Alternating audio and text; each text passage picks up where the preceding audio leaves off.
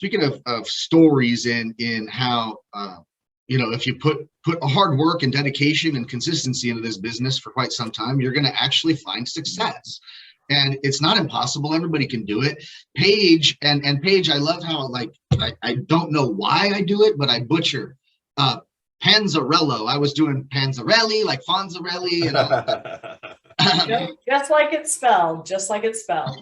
So I got to meet Paige in person finally, and Paige, I saw her at a conference, probably 50 feet across the room, and I said, "Oh, look at that bright blonde hair on that lady over there." And she wears a what do we? I don't want to call it a frock or what you wear, but it's kind of a neat little fashion. And she has this blonde hair, and so she's very recognizable at events. And I remember 4 years ago, I saw Paige, and I thought, "Hey, that's cool. She's called herself the cash flow chick. I love it," right? And that was when I was coming out with the Note Mentor stuff. But I finally got to meet Paige in person. And it's really fun to do that, right, Paige? You get to these conferences. So it was awesome meeting you in person. I agree. Absolutely, Patrick. And it is, these conferences, I'm so glad that the world is finally opening up again, because COVID has just shut everybody down. And I think you just don't realize how much you really miss being with people and interacting and networking and establishing that rapport in those relationships. So it was great to be there. It was awesome. And I wanted to hopefully have you just share a little bit of your story with our group, because the story you told about your background and kind of what pushed you into Notes years ago is a really good story, because you had some struggles, and I'll let you elaborate. But introduce yourself to the group, tell them who Paige is, and then let's get into your story a little bit. Hi, Paige. Notes. Hi, Desi. Hi. Good to see you. Good to see you. Thank you for having me. I'm so thrilled to be here. Like I said, we're very fortunate that we can do this via Zoom, so we can include the whole country. But I also look forward to those days that we just are together and in person and hugs. So as Patrick said, I am Paige Panzarello. I'm known as the Cash Flow Chick. I have been involved in real estate and real estate investing for about 25 years now. And when I started real estate, I didn't choose this path. Real estate really kind of chose me. It wasn't even on my radar, to be honest. I was young, and my grandmother passed away, and she had a very large estate that was $4 million in debt. We had holdings and property in California and also in Arizona. My mother and my sister decided to stay in California and handle those properties, and I went off to Arizona at the ripe old age of mid-20s, right? And didn't know anything. And to be honest, everybody, back then, the internet was barely around. I mean, there wasn't Zoom meetings, there weren't meetup groups, none of that existed. And so I had to surround myself with people that had answers to the questions that I was asking. Now, our Arizona holdings, we had 38 townhome units, we had a sewer treatment plant, and we had some land, okay? The 38 townhome units were about 40% occupied, and the other units were uninhabitable. They were broken. And so I needed to figure out a way, how can I fix these and make this a profitable venture, right? So I worked with people in the area, and I said, listen, I plan to pay you. This is how I plan to pay you. Will you work with me? And then I did what I said I was going to do. And that is really, really key, because you can make, like Desi said, words mean nothing, right? It's just a bunch of gibberish. It's the action behind the words that make it valid. And so it took me about 18 months, and I was able to fix those units and put renters in there. So within 18 months, we had all of the units occupied 100%. I was fixing and holding before I knew what the heck that was, right? And within 3 years total time, I was able to bring us not only out of debt, 4 million, but I was able to get us to a place where we were turning a profit. All right. The problem is that I saw that we were not going to be able to sustain profitability because we were in a fairly boutique market and we couldn't command the kind of rents that we needed to command in order to maintain that profitability long term. So I went to my family and I said, listen, I want to get rid of the sewer treatment plant. Let's sell that to the district, which we did. And I said, and I want to sell these units individually, and then I want to leverage that money and build on the land. And my family said, we don't want any part of that. And I said, okay, I'd like to buy the company. And so I did. I bought the corporation.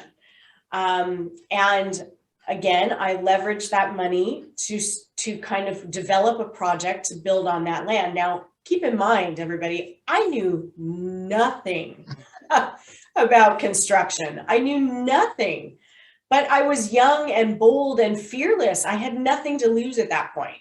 So, my risk tolerance was extremely high.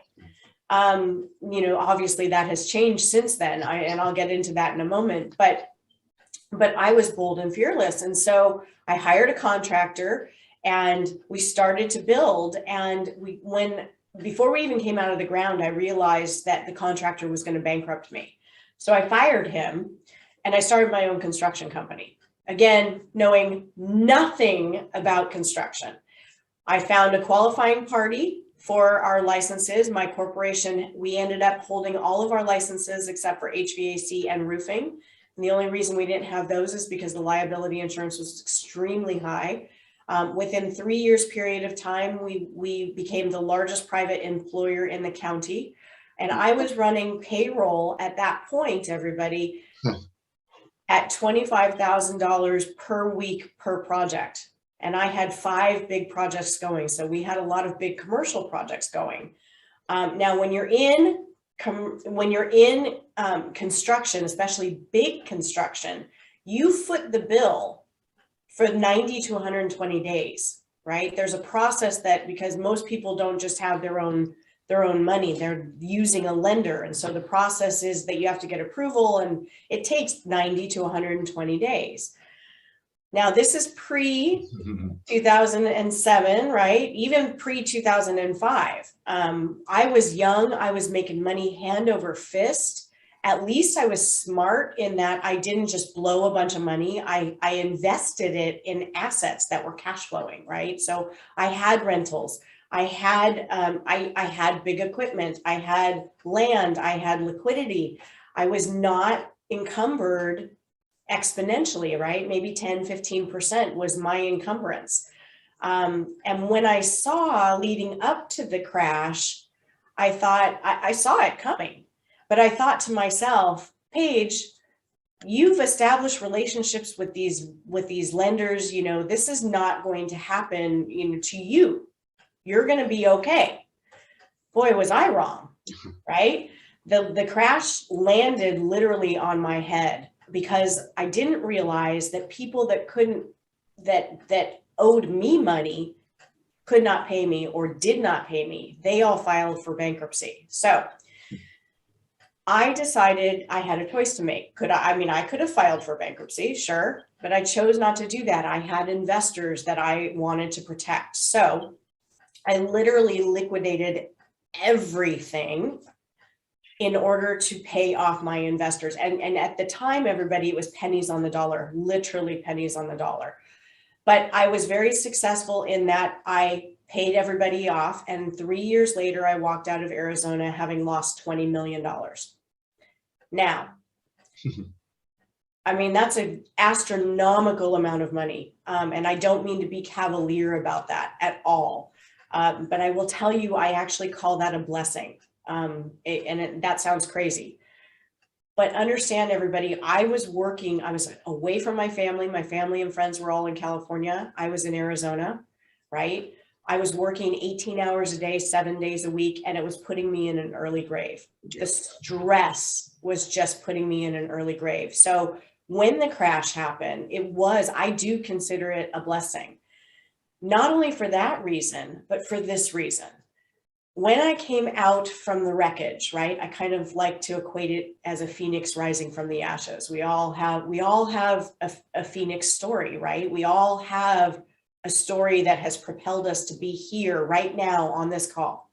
Everybody's got their story, right? For me, I learned, this experience taught me who I am as an investor. It taught me how I relate to other people and my investors. It taught me how I relate to money and how I treat money. It taught me my risk tolerances, right? And that's a big one, everybody. I often talk in my workshop about what is your what? And what I mean by that is, what do you need right now? Do you need chunks of cash, streams of monthly cash flow? Do you need, what does your risk tolerance look like? And if you don't know that, you need to have that meeting with yourself, because it does change as you grow as an investor. But you need to have the foundation, like, why are you doing this, right? For me, when I came into the note space, because real estate's a passion of mine, I'm good at it, right? I have a head for it, and I like to help people. And so when I came to the note space, or back into real estate, I thought, I'm going to do this a little smarter. I don't want to be beholden to a location, right? I don't want to have to be in Arizona when my family's in California, right?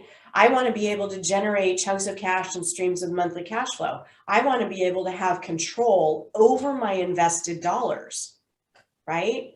So when I came back into real estate and I started to hear about, what is this note thing? I started to learn as I was building my capital back up. I did all of it. I did bird dogging, I did wholesaling, I did fixing and flipping, all the while trying to build up my capital to get into the note space, right?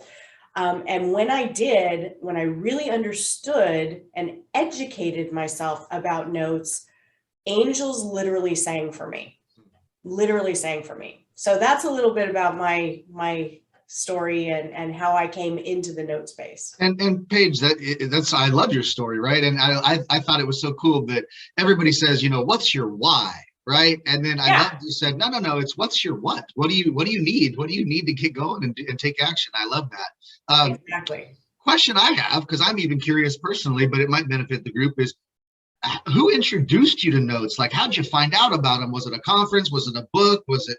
And then who coached you, or how'd you get your original coaching or training in the space? That's a good question. All right. So believe it or not, it was a RIA meeting, right? I went to a RIA meeting for fixing and flipping, and a gentleman stood up and he said, I'm a note investor. And I was like, what is that? So I talked to him afterwards and found out that he was going to have a workshop. And so I attended the workshop, and I just sat there with my mouth agape in amazement of the potential in this space. So yeah, that's how I got started and I educated myself. I ended up having a business partner for a little while, and since have gone on my own, and I've just never looked back. I mean, I've grown exponentially. I mean, it's been wonderful. How long have you been in the space? When was that when you first got into it and started learning? So I started learning in 2014. I think my first note was maybe, where I built up my capital, and I'm always one that tests the model first. I'm just one of those people that before I present it to investors, I always test the model first. And I think I bought my first note in early 2015. I think it was early 2015. And then like I said, I just never looked back. It was pretty incredible. Now, obviously back then we were paying a little less, but I don't want everybody to freak out about that, because you know what? Life happens every day to people, right? There's always death. There's always divorce. There's always downsizing. People are going to be hurting. And I use my note business. My preference is to try and help people to stay in their home. So I will leverage the debt to try and work with them to get them to reperform and stay in their home. That's my preferred exit strategy. I know plenty of note investors, however, they love fixing and flipping, right? Patrick, you did that for a lot of years, right? And I just say to people, listen, if you're going to go, because the note space, as we all know, is kind of the backdoor way of investing, right? Especially if you want to get a property. But if you're going to do that, please do that on a vacant note, right? A house that's already been vacated by the borrower. If you're grabbing for the property. Yeah, I find too that in those circumstances, if they've already vacated the property, and oftentimes you don't even have to do a foreclosure, you end up getting a hold of the borrower and say, I want you to sign the house over to me so I don't foreclose on you. And they've already ditched the place anyways. Yep. We do have a lot of success doing that as well. And I don't know, we weren't going to get into this, I don't think. I think when we talked about what we wanted to do here today, but I still want you, Paige said something on her show or something on Facebook. Yeah. And we don't have to go over all of these, by the way, maybe your top 5 or something, but it was interesting for me when I tell people about Notes, Paige, I'm always like, hey, the exit strategies and the potential options you have are way more vast than regular real estate. You have so many ways you can go. And you said there was how many, 23 or 24 different exit strategies? 23, and I actually wrote them all down. I have them. Yes.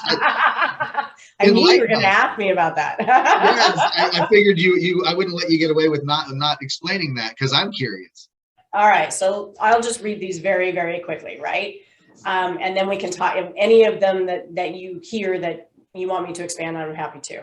All right, so arbitrage the note, reinstatement, forbearance to modification, creating a reperforming loan, sell a partial to a performing note buyer. Desi just talked about that. Selling the full note to a reperforming note buyer, short sale payoff, deed in lieu, cash for keys, allow a third party to assume the loan. Most people don't use that strategy, but it's interesting. Foreclosure. And then if you have a foreclosure, meaning you take the property or a deed in lieu, so you're capturing the actual asset, the actual property, right? Fix and flip it yourself, short-term rentals, sell it to an end user or a fix and flipper. Carry the paper for the new buyer, conventional mortgage. If you want to put one of those in, you can please use an MLO. Convert it to a CFD, convert it to a buy and hold rental, convert it to a lease option. Interesting. If taking a loss on the fix and flip, then you can turn and if you wanted to do a fix and flip, then you can turn and if it shows that you're going to be taking a loss, then put a buyer in there or a renter in there, cash flow it for a couple of years, recapture some of that profit, and then turn around and sell it, right? That's a possibility. Convert it to an ADU, convert it to assisted care, refinance to recapture capital to invest it again. Gift it to a family member, turn it into affordable veteran or abused women housing, donate it to any organization for a tax write-off, keep it as a vacation home, right? Refi it and recapture the capital, demolish and construct the new home or a multifamily home. Many of these homes are zoned R3, which means you can tear down the house and put up an apartment building, right? Here's another one most people forget. If you're smart enough to know to put forced place insurance on that property and something happens, your insurance company, if a tornado comes, then your insurance company can pay off that entire note balance. So there's 26 I just gave you. There you go. That's so cool. I know. Yeah, that was awesome, Paige. Glad you liked it. I'm glad you liked it.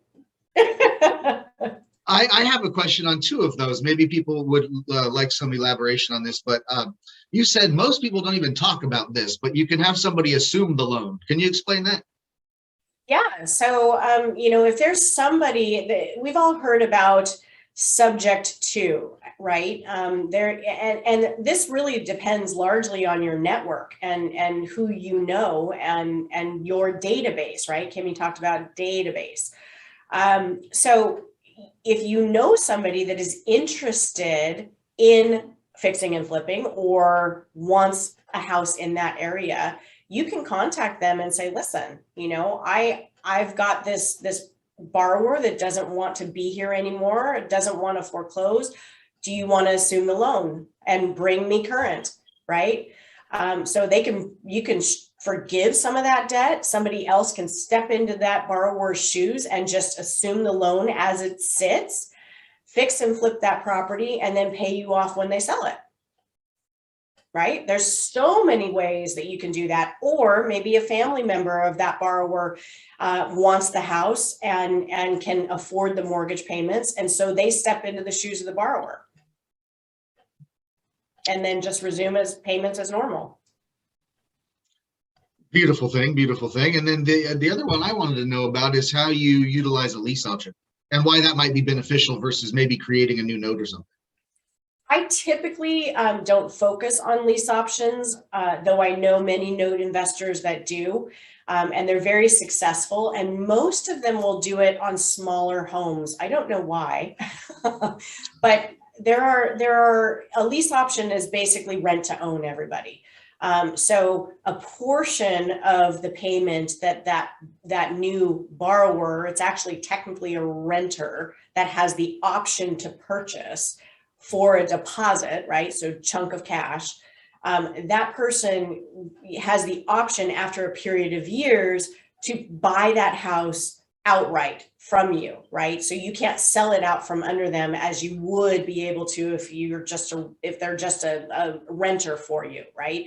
And sometimes a portion of that payment will go toward the principal balance of the house. And sometimes it will just be considered rent, but the option is there at the end of the 3 or 5 years, whatever it is, in order to buy that house outright. So I don't typically use that strategy myself, but I know plenty of note investors that do.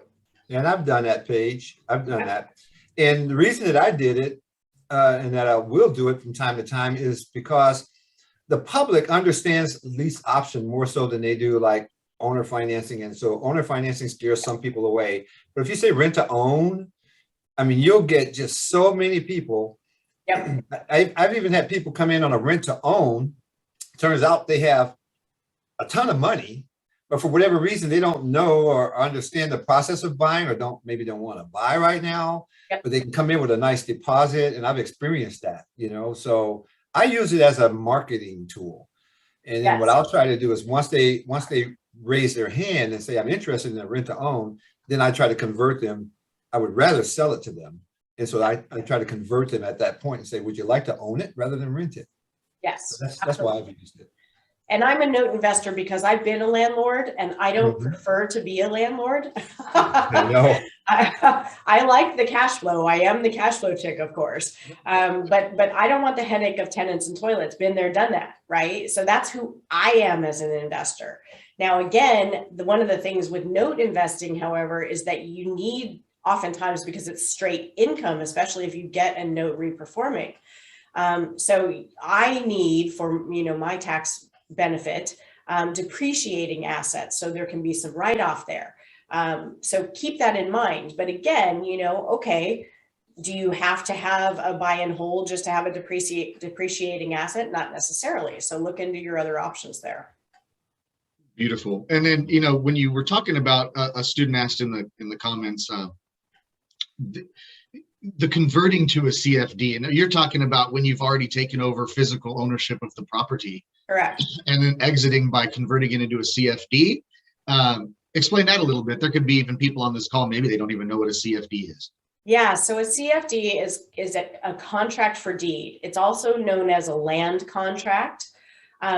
Basically, and you can actually buy CFDs. You can step into, it's still considered note investing.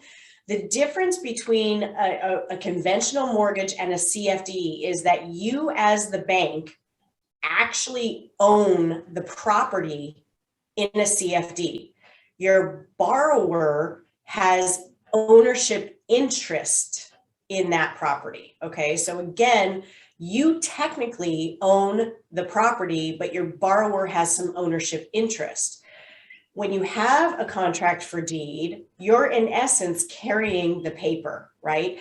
Title does not transfer to the borrower until they pay you off in full. So it's kind of like a seller carryback, right? But you technically own the property. In a seller carryback, title actually does transfer. You just become the bank, right? The lender. But in a CFD, you own the property.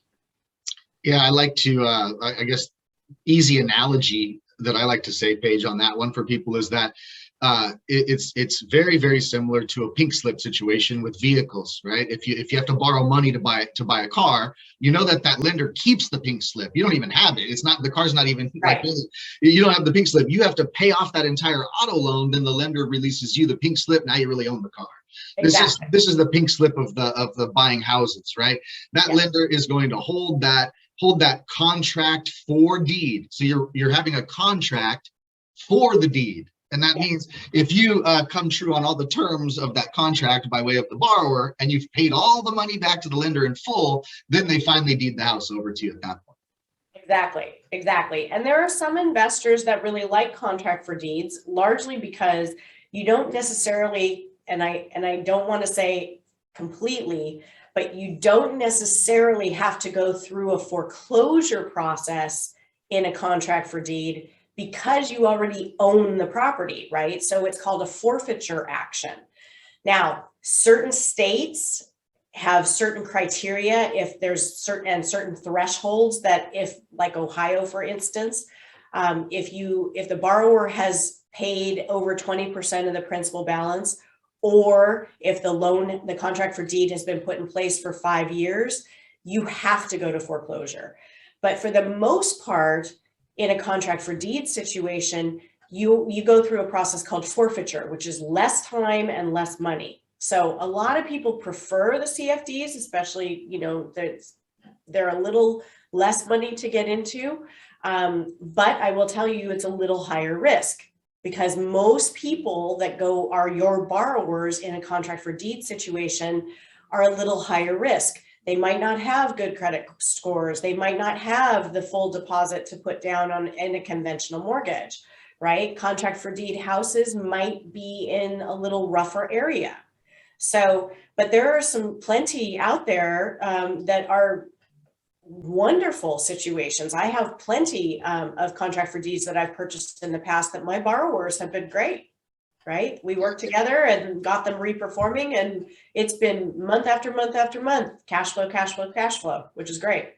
And agreed. I mean, if somebody had to get a house through a contract for deed, it was probably because they couldn't qualify for a conventional loan. Means their debt to income ratio, their credit score, something's goofy. Exactly. And a lot of these houses are not like perfectly kept mansions that people are buying this way. Exactly. But other than that, right, like you said, I think that the one lesson to learn there is that when people are maybe afraid of contract for deed, the only reason to be afraid of contract for deed is because of that. The borrower, maybe the property's not in great condition, and you have to assess all that. But at worst case scenario, in some of those states and counties, they'll just turn it into, so to speak, a regular note and mortgage situation, which you are buying all over the place anyways. And so, yes, just expect to go through a judicial foreclosure, but in some cases you can just cancel the land contract or do a forfeiture, right?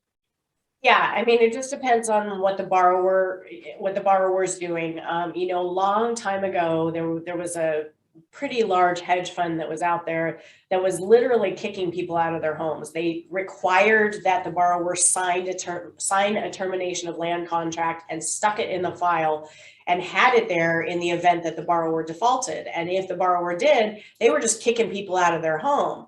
Well, CFPB came in and said, no.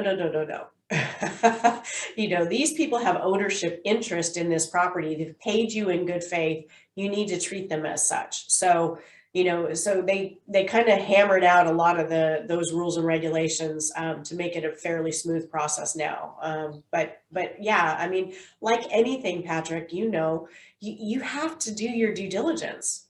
Due diligence, no matter what you're looking at, is paramount. And you need to understand, you need to educate yourself. So I commend all of you that you're here on a Saturday morning learning about the things that you need, not only the possibilities, but the things you need to do, right? Because that's just key. And I've heard this a couple different times, and someone, Bob, our student, put it in the comments here, and I've heard it a couple different times. People tossing it back and forth. And the question is, do you have a preference on whether you hypothecate on a note or whether you then sell a partial? And I'll let you elaborate.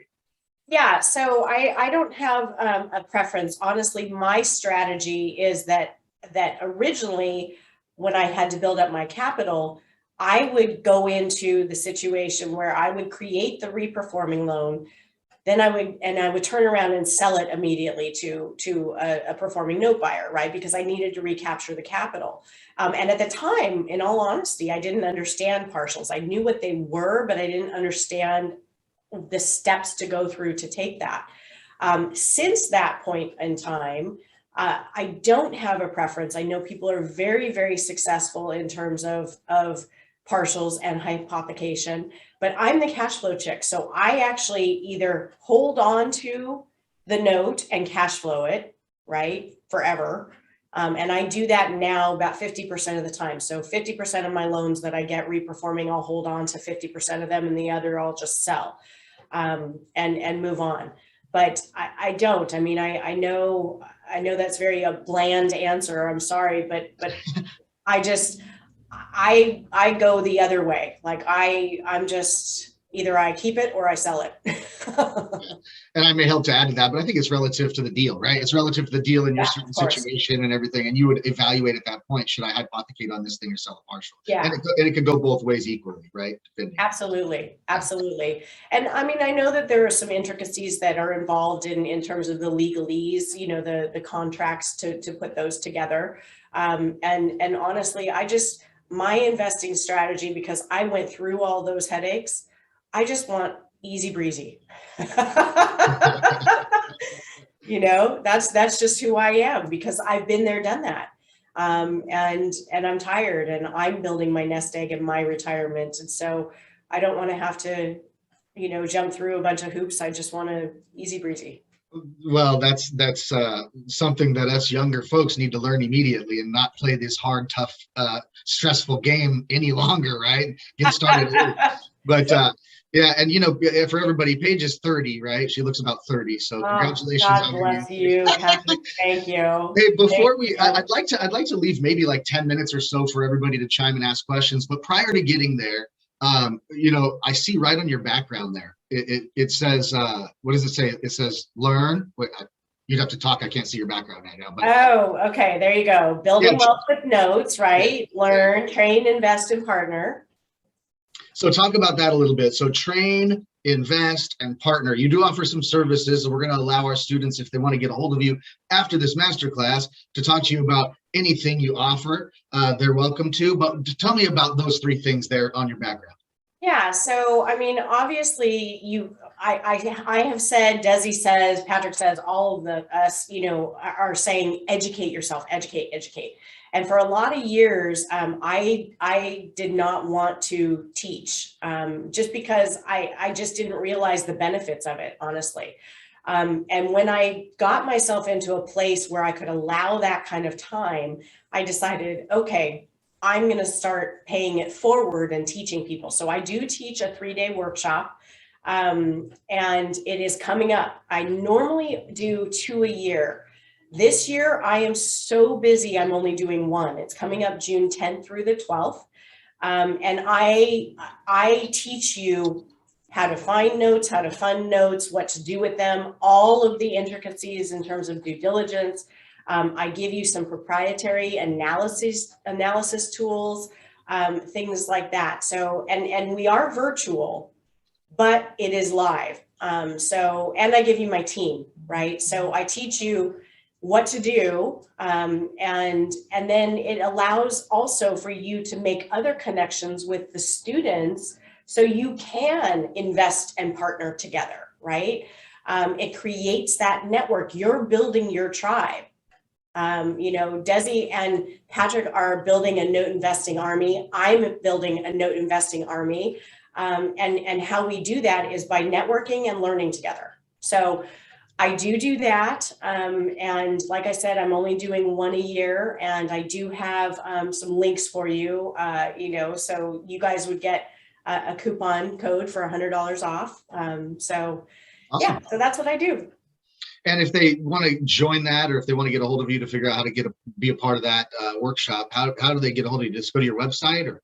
Yeah. So do you want me to share my screen? I have a couple little slides. Yeah, go ahead. And then what we'll do too is, and while we're going over that, if anybody chimes in, if they have a question or something, feel free to chime in at the same time. There we go. All right.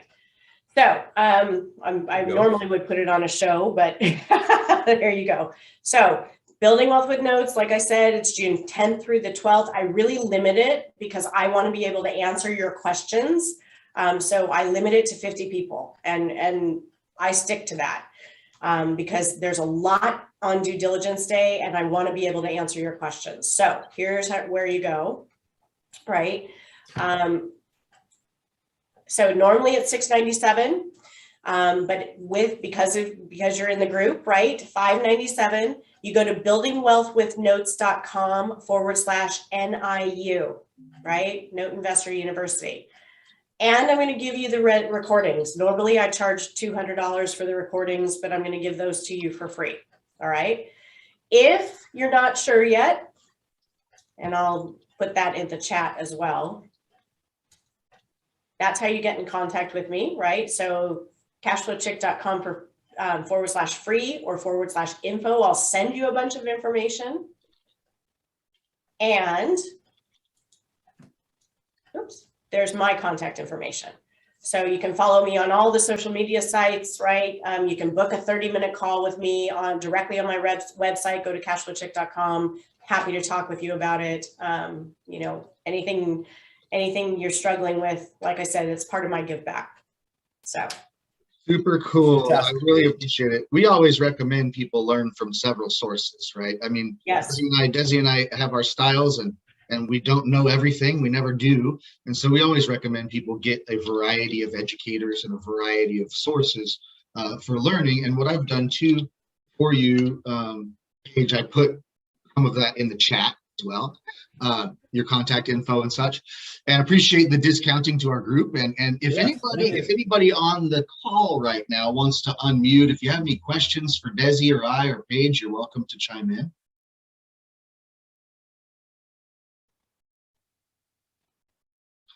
Not a lot of questions. Not a lot of questions, I guess. I see April's on here. Hi, April. April's actually been to the workshop. She and I got to finally meet her in person in Vegas at the Paper Source convention, which was awesome. Yeah, we had tons of fun.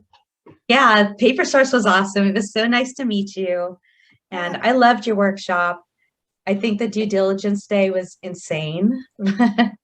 I actually had to watch it again. I watched the recordings again last year. And when I was watching it, I saw Jenny Shannon on there. And so I was at another event and she walked by and I'm like, I know you. So now we're good friends. She's part of my tribe. So I really appreciate your class and this one as well. So. Thank you, April. I appreciate that. It was a lot of fun at Paper Source. It was a lot of fun. Yeah. Oh my gosh. Absolutely. Anybody else have any questions? I do. Go ahead. Paige, I noticed that when I got into the note space, you and I got in right around the same time. I was maybe 6 months earlier. But having come from a background like yours with real estate, I noticed that the more I learned about notes, the more I loved it. Unlike real estate, the more I learned about being a landlord, Absolutely. the more I didn't like it. Did you have that same experience with notes? Absolutely. Like I said, Desi, when I got into this space, literally angels sang for me. I was like, yes, exactly. Exactly. I mean, it checked all the boxes. It just, the things that I wanted but didn't want, and then the things that I didn't want. It just checked all of those boxes for me. And I just never looked back. Obviously there are times that I have to pivot. Sometimes we do take a property back as REO and I do need to fix and flip it. I don't love it, but I do it occasionally, right? Mm-hmm. But for the most part, I mean, I have not looked back. Notes is it for me. I do diversify because I do need depreciating assets. But again, I'm not about being a fix and flipper or a landlord. It's not my thing. Fantastic. Yeah. It's just awesome. I really appreciate what you've shared with us today. It's fantastic. Absolutely. I have a question. Sure. I was wondering, is your course, I have a full-time business, so I would like to stay with performing rather than non-performing. So does your course emphasize that, or what do you do? I'm so sorry. I'm having trouble hearing you Okay, is this any better? Yeah. a little bit, I think. Sorry about that. I have a full-time business, so I'm kind of leaning towards performing rather than non-performing. So does your training go into that more? Or? Are you Yeah. more focused on performing or non-performing? Yeah. Paige? Desi, were you asking me that or Bob that? Bob is asking you that. Yes, okay. Yeah. So, okay, I don't focus on performing only because I build in a much bigger discount if I buy non-performing, but my goal is to make it performing.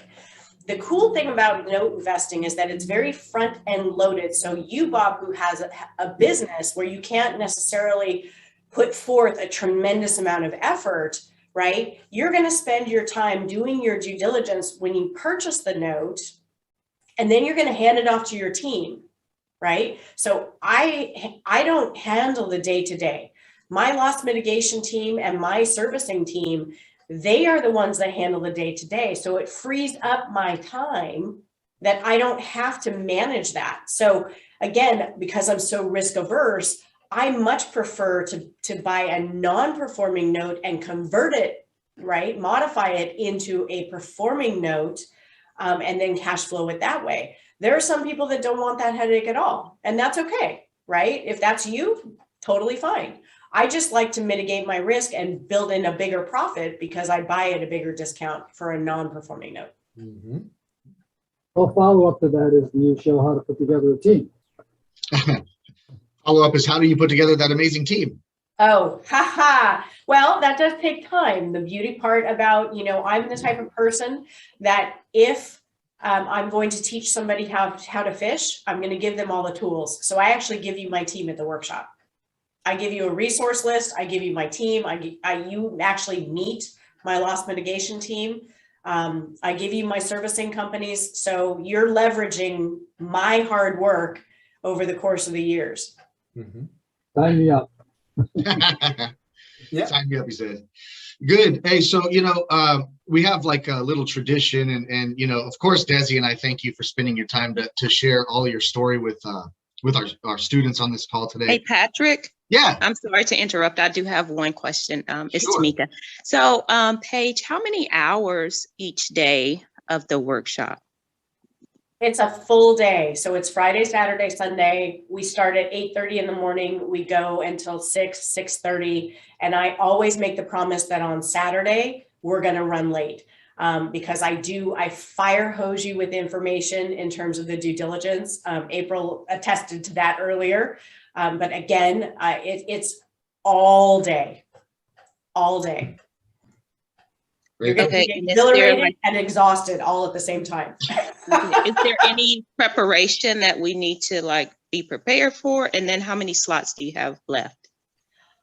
You know what? I have to check how many slots I have left. I think we're still pretty good.